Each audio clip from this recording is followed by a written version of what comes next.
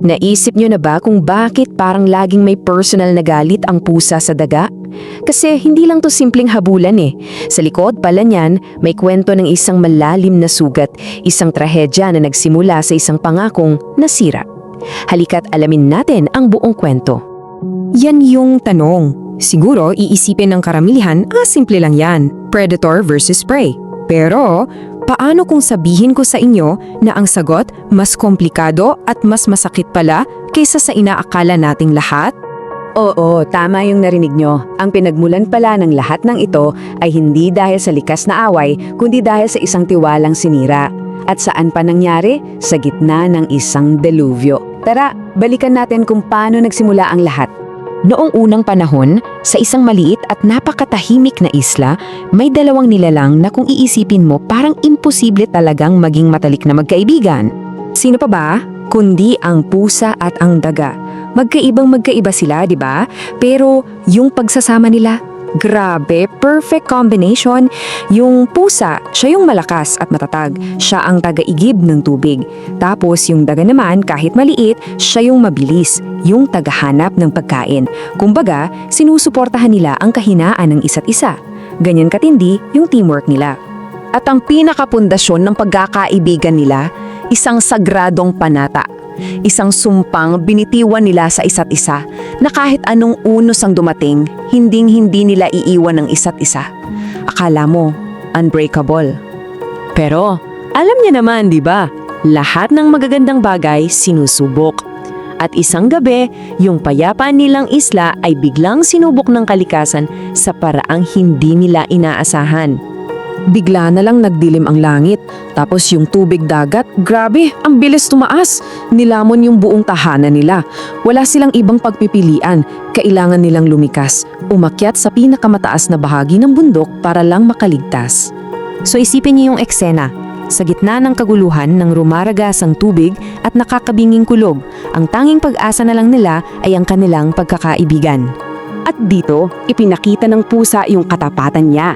Inalok niya yung likod niya sa kaibigang daga. Isang kilos ng sukdulang pagtitiwala habang sabay nilang hinaharap, posibleng kamatayan.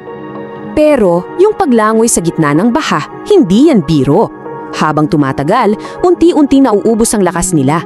Nariyan yung lamig, yung pagod at higit sa lahat, yung matinding gutom. At ito yung nagsimulang sumubok sa panata nila.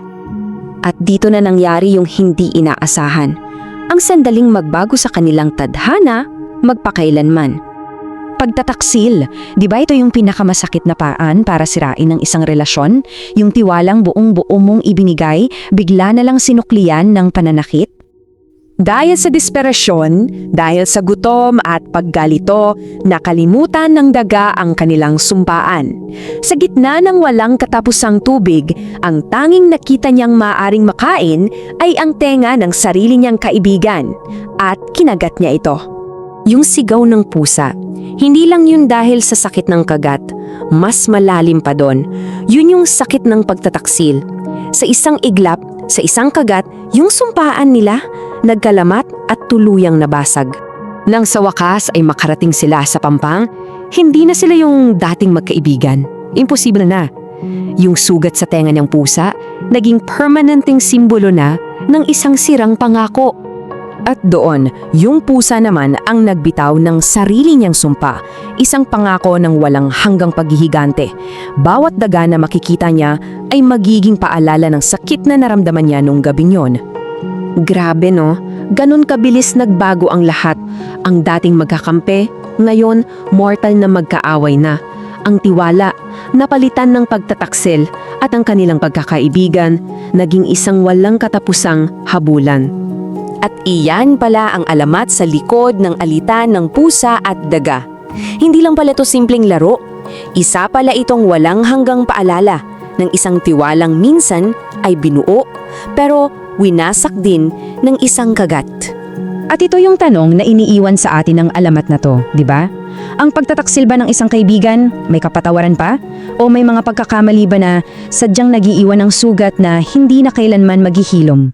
Kung nagustuhan mo ang kwentong ito, huwag kalimutang i-like ang video, mag-subscribe at i-on ang notification bell para sa iba pang alamat at kwentong bayan. I-share mo rin ito para mas marami pang Pilipino ang makaalala ng kagandahan ng ating mga kwento.